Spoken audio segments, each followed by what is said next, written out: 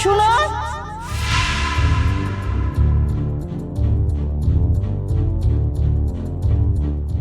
এতগুলা টাকা।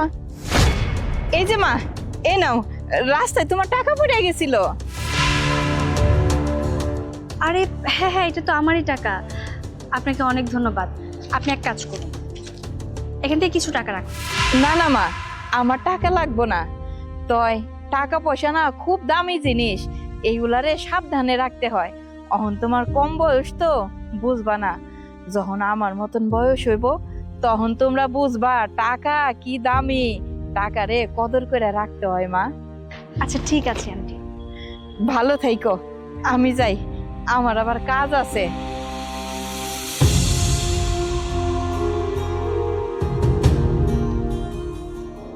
মা, টাকা দাও তো। টাকা? এখন এই অসময় টাকা নিয়ে কি করবি বাজান? কাম আছে। এলো 30 টাকা, কিছু খাগা। আমার কি বাচ্চা পাইছো? হ্যাঁ, তুমি আমার 30 টাকা দিতেছো, এরাও তোমার 30 টাকা।